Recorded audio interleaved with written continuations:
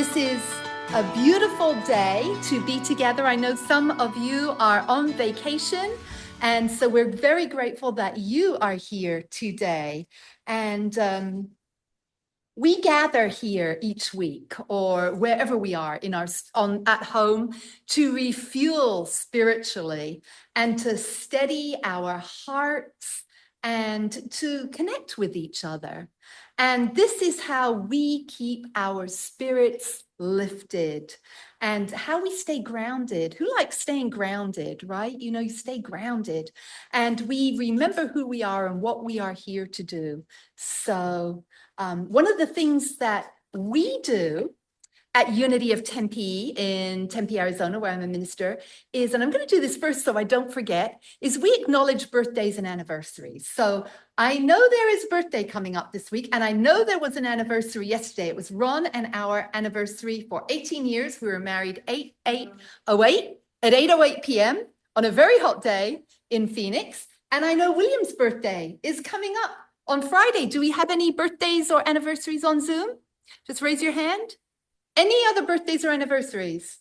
All right, so I'm not a great singer, but what we do at Unity of Tempe is we sing together. It's a song, and I'll just kind of say it. We sing, God danced the day you were born. The angels did the bump to Gabriel's horn. God danced the day you were born. So grateful for the gift of you. Yes, William, we love you. Thank you. Yay. And happy anniversary to us. So that is what we do. And then we usually sing or say, or we do it afterwards, as we did last week. We say together our affirmation. I am pro-kindness. I am pro-kindness. I am pro-peace. I am pro-peace. Pro-equality. For equality. Pro-love. For love. Pro-inclusion. For inclusion. Pro-hope.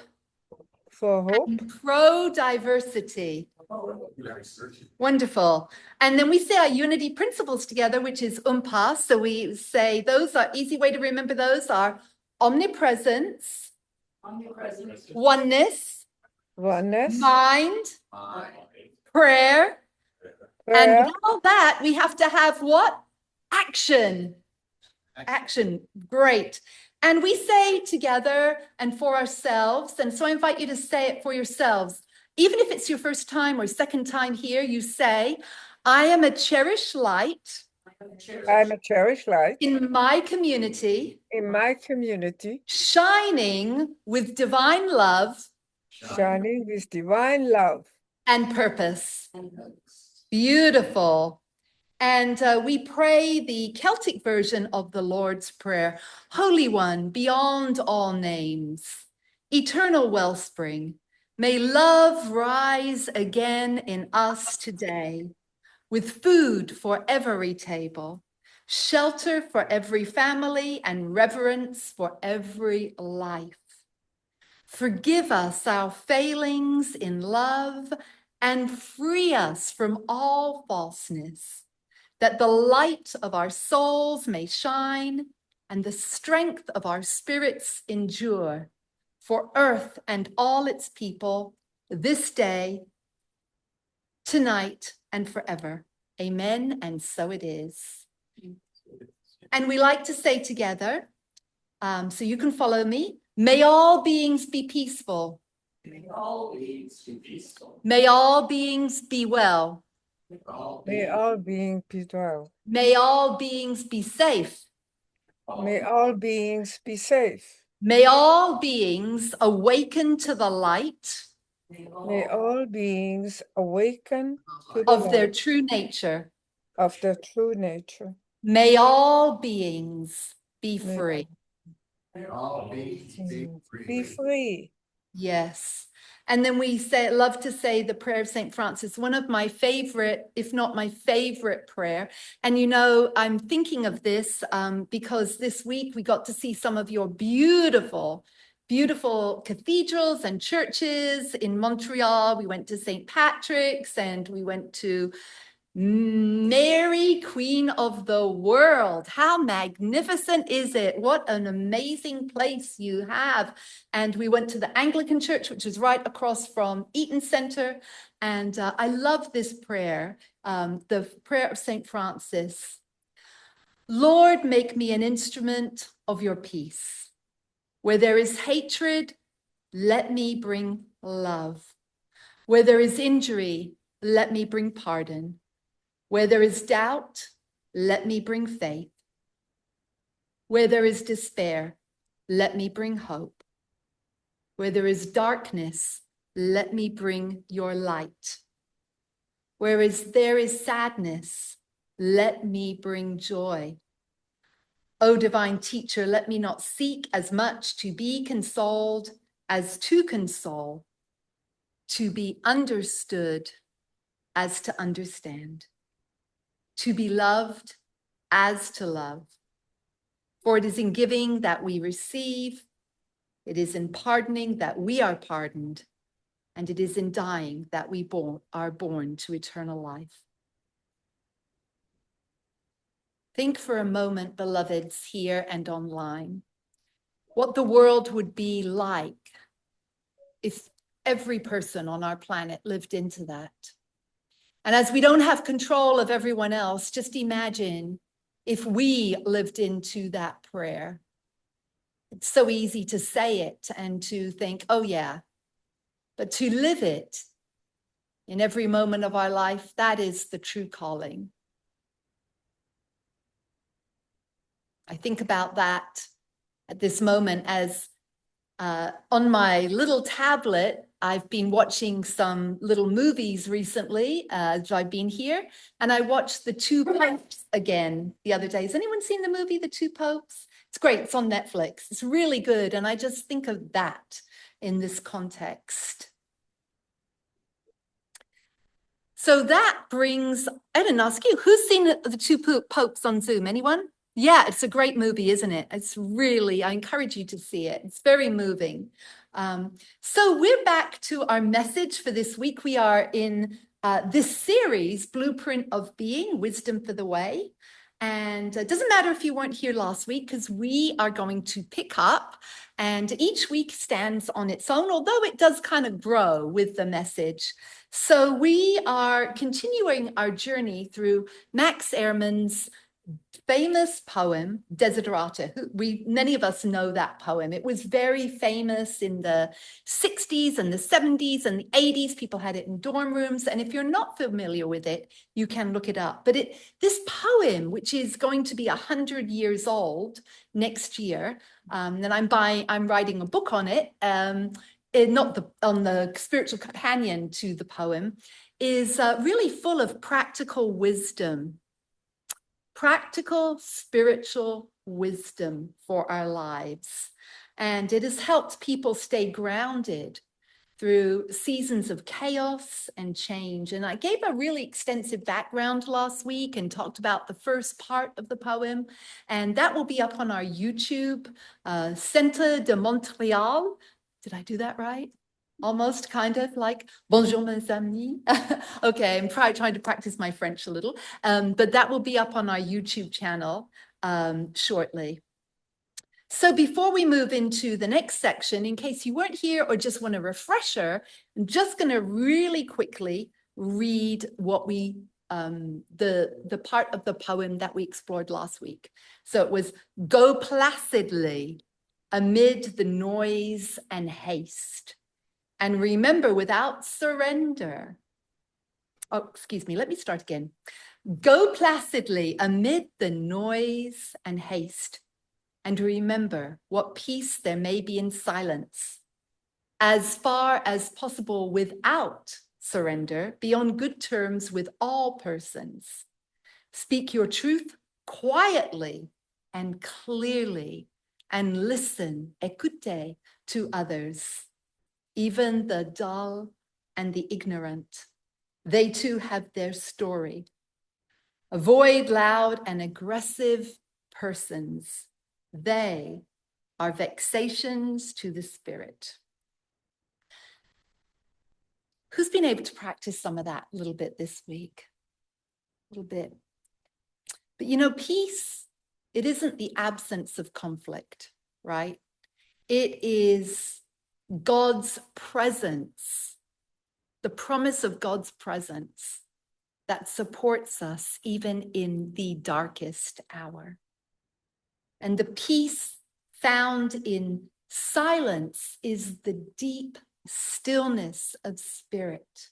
It is the secret place of the Most High that Psalm 91 mentions. I love that. The secret place of the Most High within me. Secret place. So we are reminded of our oneness with the divine. And now we go on to the next section.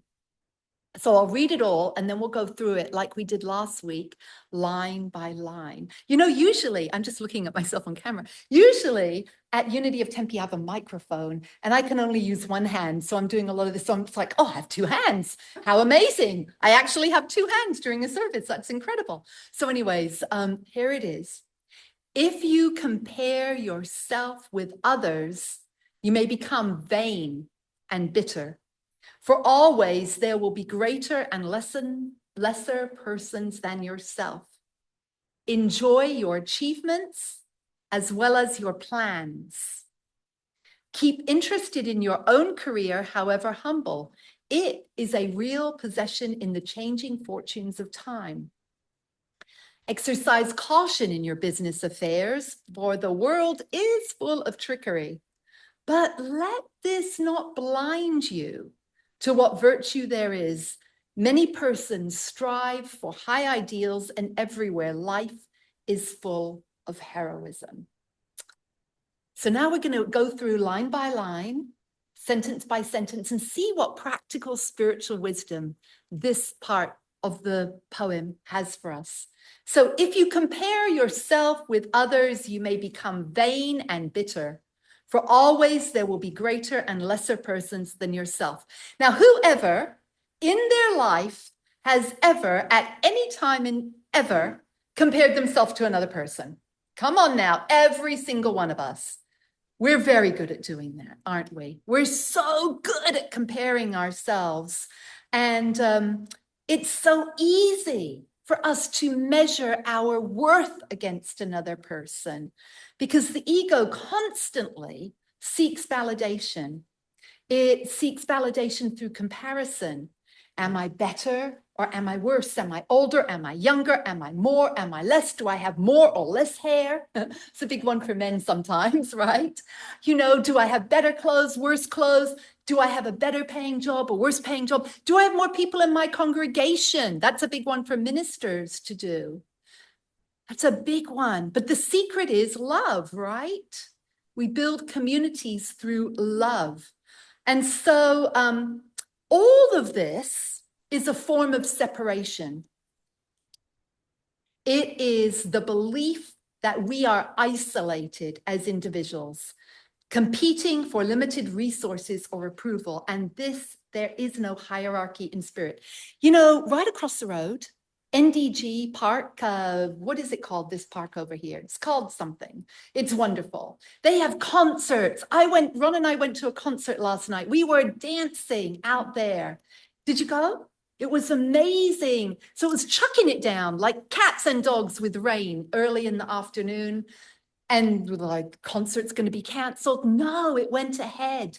And people are dancing. It's like 80s new wave music and The Cure and all sorts of really cool music. And you know what's so cool about here is people of all ages, little kids in wellies, Wellington boots, jumping in puddles, and adults and people more senior, all ages out there. There was no hierarchy.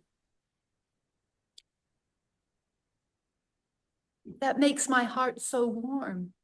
No hierarchy of spirit. You have that going on at these park concerts. I got to get back to my thing, but I got to just talk about this. So on Wednesday night, we went to the Orchestra Montreal. Who went? Anyone?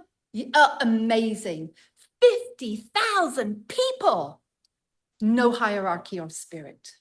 We don't do that in America. It's very hard in America right now, as you probably know. And originally I'm from London, but you know, I was a little nervous being in all those crowds of people, but huge police presence, wonderful job they did, and so amazing, and no hierarchy of spirit, people just enjoying. So that's what it speaks to me. So the antidote to comparison is self-acceptance and gratitude. What a beautiful place you live in to have these amazing things. Just take a moment to breathe in that gratitude for all these amazing events. We don't have these in Phoenix. I would love it if we did. But when we honor our own journey and when we celebrate our own gifts, whatever they are, Dr. Maya has a wonderful gift of organization, keeping everyone on track. And we have wonderful prayers and land acknowledgement and beautiful gifts. And you all have your own unique, amazing gifts here.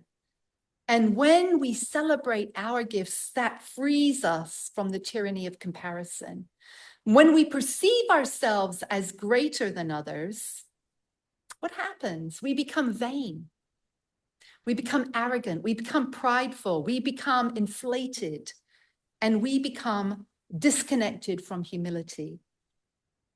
And when we see ourselves as less than, we become bitter and resentful and envious and defensive.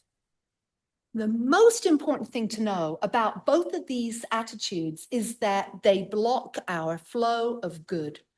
Is there anyone in here or online who says, I really want to block my flow of good? No, we want to stay open so we remember we are equal, right? And if a government or a country sees itself this way, not mentioning anywhere, USA today, then it also blocks the flow of good. Now, there's always going to be differences of talent and achievement. But these are not measures. They're not measures of our worth. We can celebrate the success of others without feeling diminished, and we can honor our own journey without needing to be the best. So next line, enjoy your achievements as well as your plans. Now, some of you may be really good at planners. Where's my planners? Some of you are planners. Couple of planners here. You're planning, you're striving, you're managing the next step and the next improvement, whatever that's going to look like. But here's the key. Are you also taking time to enjoy your achievements, to celebrate what you've already done? Now, here at Unity Centre of Montreal, there is an energy to, we haven't been in person for a long time. I'm here as a minister in residence. There's an energy to grow the community, but you grow a community based on love and warmth and kindness. And we can't look back necessarily at who we were, but we celebrate who we are today. We love each person who comes in, who greets us on Zoom, and we celebrate those. And to enjoy our achievements is to celebrate progress, however small. You know, does anyone have a garage here? I don't think they're as popular as, oh, yep, okay. So often in the US, the garage becomes a dumping ground. It's like where everything goes that you don't want. Well, Ron and I have a garage, but it is, or it has been, both a place where we fit 2 cars and also a dumping ground around. So during Lent of this season of this past year, we decided we would clean out our garage. We got everything. It was a big 3-day, I think, escapade. We have a little storage place right attached to the garage. So we cleaned it all out. And we could have just gone, that was a lot of work. I'm exhausted, and we were. But we have to take time. It was like, okay, we cleaned this out. So celebrate. Did you what? Give yourself a pat on the back right now. Seriously, do it. Am I seeing you giving? Hello, I'm seeing you not giving yourself a pat on the back. You got to do it because there are things that you have done that are so important that no one else can do.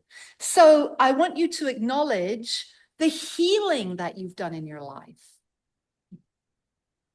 Because you've done some healing. No one gets to be on the planet without having some stuff come up for them. So you've done some healing, emotionally, spiritually, mentally, physically. And the boundaries that you've learned to set, and the courage that you've shown in life, and the wisdom that you've gained, and the ways that you have grown. You've grown spiritually. Now, in Unity, we teach that creation is ongoing. We are always unfolding, every single one of us, and every thought, every word, every action contributes to the field of collective consciousness. Do you believe in that? Every thought that we have contributes to the field of collective consciousness. And as we choose peace, we become channels for peace. Lord, make me an instrument of your peace. As we honor our own worth and the worth of others, we participate in the unfolding of a more just and a more compassionate world. And we certainly could use that right now, right? A more just and a more compassionate world. There are spiritual practices. These are spiritual practices that are rooted in the teachings of Jesus. And he modeled discernment. And he withdrew from crowds to pray. He chose his companions wisely, and he spoke truth with compassion. And he refused to be defined by the judgments of others. Now, next line. Keep interested in your own career, however humble. It is a real possession in the changing fortunes of time. Now, in a world that is swirling with chaos, these words invite us to ground ourselves in purpose, discernment, and hope. And career, this is very important. It doesn't just mean a job, because often we're told career is just a job or a paycheck. It's your calling, your true calling, your contribution that you make, your soul's way of showing up in the world. And the word vocation actually comes from the Latin vocare. It always makes me want to sing, right? I love to sing even though I'm not a singer, but I'll like, what song could I call false? Vocare. Oh, you know, it just makes me think of that when I hear vocare. And it means to call. We each, every single one of you, have a deep calling. A calling to serve, to love, to create, to heal, to teach, to nurture, to build community. Whether you're working for pay right now, whether you're volunteering, whether you're retired, whether you're in a season of searching, your career is your way of being a channel for spirit. So even if your work right now feels humble, you're like, well, I'm just doing some volunteer work. No, it is a magnificent calling. If it's whatever your work is, whether it's unpaid or unconventional or paid, it is a real possession. It is a source of meaning. It is a path of spiritual growth. Even if you're like, I don't really like this job, I'm going to leave it soon. Right now, it is a path of spiritual growth for you. And for those who are retired, your calling is not behind you. Retirement isn't the end of your purpose, it's a new chapter. Many spiritual traditions see this time as one of deeper service, wisdom seeking, wisdom sharing, and creative unfolding. And it's a chance to bear new fruit in a way that may surprise you. Does anyone know of the artist Grandma Moses? She didn't start painting till she was like in her late 70s, I believe. A lot of people didn't start doing. And conversely, there are young people, little kids that are doing amazing things. So it's celebrating that whole calling wherever we are. Your purpose, this is really important. It is not what you do. So often we think our purpose is what we do. Your purpose is what you bring. Your purpose is what are you bringing to this planet that you've chosen to be on right now. Purpose is the unique way you express spirit in the world. It might be through art. It might be through caregiving. It might be through activism. That's me. It might be through mentoring or simply being a presence of peace. Every kindness, every prayer, every moment that you listen, ekute, right? Ekute to another person. That's probably not the right conjugation, but anyways, it is, or you give an encouragement. That is a spiritual contribution that you are making. Showing up here is a spiritual contribution. You don't have to be a minister to have a ministry. Every single one of you right now, even if this is your first, second, third time here, or however long you've been coming, you have your own unique ministry in the world. What is it? What are you bringing? What are you bringing? Whatever your contribution is right now, it matters. And transitions, whether into retirement, a new career, or a season of uncertainty, are sacred invitations for discernment. They invite us to listen very deeply, attuning our hearts to divine spirit and letting spirit guide our path. Next line. Exercise caution in your business affairs, for the world is full of trickery. So unity is not about pretending that everything is love and light while ignoring manipulation, misinformation, or fear-based theology. We got a lot of fear-based theology happening in the US right now. And the world, well, we know it can be scammy and spammy and full of corruption. And the advice to exercise caution is as relevant now as ever. So how do we stay wise and with open hearts without becoming cynical? Well, we pause and we breathe and we invite spirit's guidance before making decisions, big or small. We check our motives. Am I operating from love? Am I operating from integrity and service? Or am I operating from ego or pressure? And we seek wise counsel because discernment is often a communal process. And what's so important for us is that we let our actions, omnipresence, oneness, mind, prayer, and action, our unity principles, we let those reflect our deepest values, even when it's inconvenient or costly. And sometimes it will be inconvenient or costly. Next line. Let this not blind you to what virtue there is. Many persons strive for high ideals, and everywhere life is full of heroism. Because even in a world that is full of trickery, desiderata reminds us not to lose sight of the good. It's easy to feel discouraged these days, particularly across the border. It really is. But unity teaches that goodness, courage, and love are always present, even in the darkest of our own times. And our spiritual practice is to look for the good and to be a channel for hope. Being spiritual does not mean disassociating from the world. It means becoming more aware of those who suffer. It means becoming more aware of and attuned to injustice and more committed to compassion.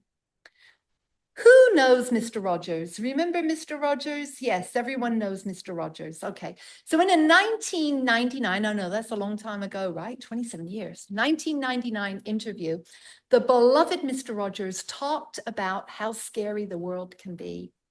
And his mother used to say something to him. She used to say, always look for the helpers.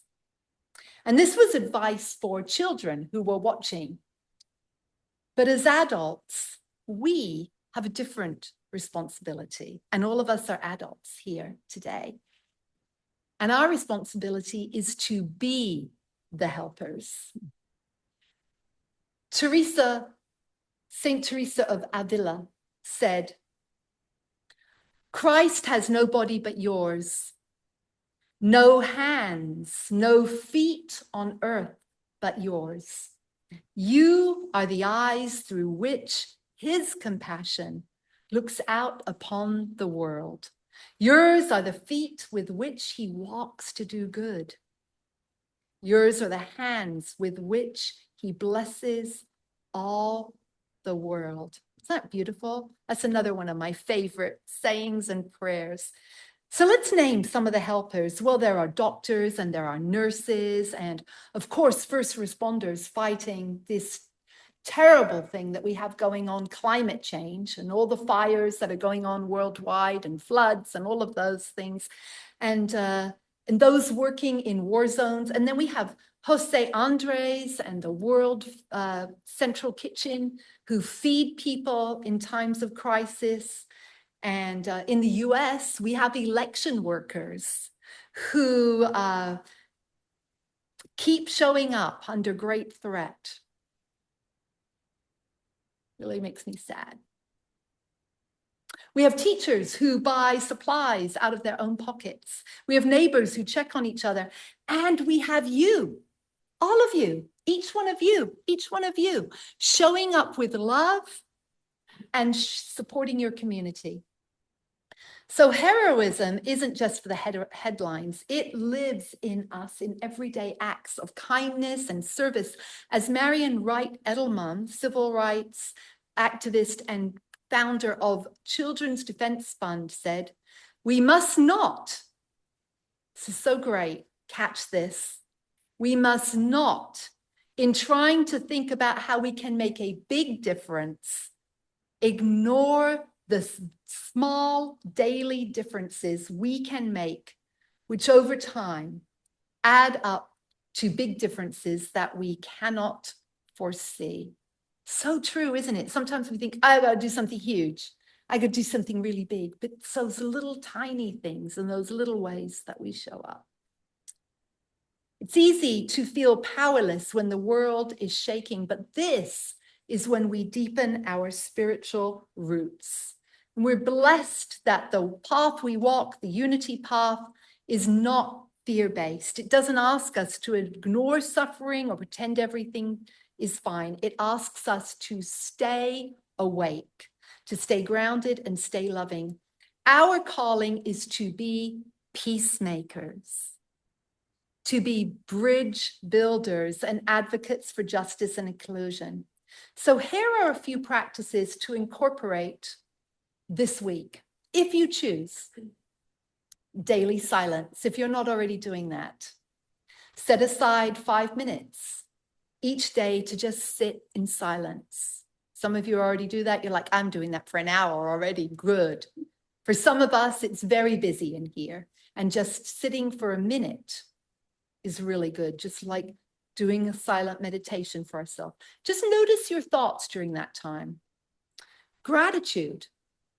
I invite you to think and list 3 achievements or plans that you are grateful for each day. Maybe today it was like, I wanted to go to Unity. I made it there. I made a new friend. Maybe you brought something tasty to eat or healthy. Maybe you cleaned your bathroom. Whatever it is, 3 little things that achievements, they don't have to be huge. Celebrate your progress. Affirmations. Write and repeat affirmations of self-worth and peace. For example, and I want you to say this with me, I am enough. That was very weak. I'm sorry, but that was not me believing that you are enough. Let's try it again. And I don't mean loud because you want me to hear it loud, but I mean from your spirit. I am enough. I am enough. One more time. I am enough. I am guided. I am at peace. The thing about affirmations is we say them even if we're kind of like, not quite believing it. We say it because it guides us to where we want to be.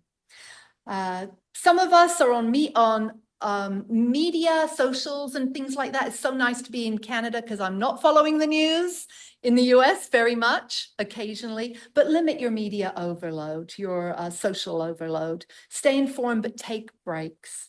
Name your current calling. This is not your job, but what are you bringing to the world right now? I want you to think about that this week. What are you bringing to the world? Not, doesn't have to be something great. It could be, I'm bringing snacks. I'm bringing joy. I'm bringing love. I'm bringing activism. I'm bringing community. I'm bringing kindness. I'm bringing gentleness. I'm bringing peace. What is it that you are bringing right now? I'm bringing enthusiasm. Serve where you are. Small acts of kindness, advocacy, or community service make a difference. Let your calling be a light. Stay connected to community. Your voice, your presence, your journey matters. Laugh often, because humor is very important. And look for the good. Honor virtue and everyday heroism in the news, in your community, and in your own life. Just like I did this morning, I celebrated your community because I love it. It's beautiful. So this series is about recommitting to our spiritual values, and it is about committing ourselves to being a force for good in the world. And I affirm that it supports you in deepening your clarity and strengthening your own purpose.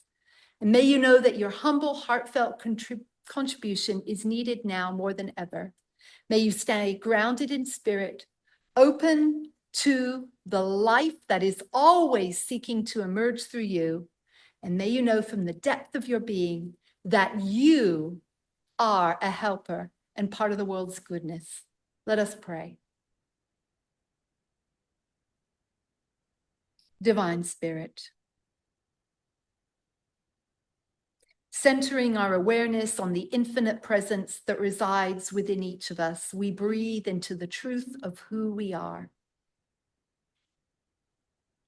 Resting in the stillness that anchors us, regardless of the world's shifting currents. We release the habit of comparing ourselves to others.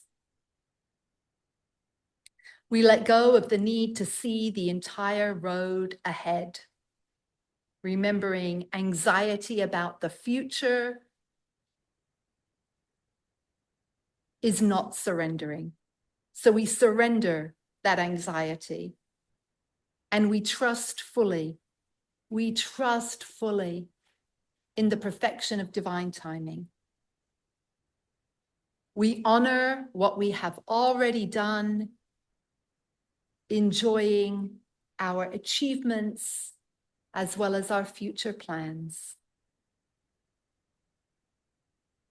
We give thanks for our individual path, for life's work, and we know that they are true possessions through all changing fortunes. Guided by divine wisdom, we practice clear discernment in all that we do, remaining mindful of the virtue, high ideals, and quiet heroism that surround us. We affirm that our true purpose is alive. It is active and whole right now within us and within Unity Centre de Montreal. We are steady hearts in unsteady times, bearers of light, makers of peace, and channels of the divine. The path before us is illuminated, and every step is guided by intention charity, clarity, and grace. With gratitude for the peace that sustains us and the light that leads us, we rest in the knowing that we are forever connected and open, Divine Spirit, to the source of all good. And so it is. Amen. I'd like you to repeat with me. I am a beloved child of God, I am a beloved child. here to be an ambassador of good. Here to be an ambassador of good. Now we're going to put that together. I am a beloved child of God. I am a beloved child. Beloved child of God. And why are we here? To be ambassadors of Here good. to be an ambassador of good. One more time. I am a beloved child of God, I am a beloved child of God. here to be an ambassador of good. Here to be an ambassador of good. And if that's all you remember from this week, I invite you to take that with it. It really is a beautiful affirmation. We say it at Unity of Tempe every week.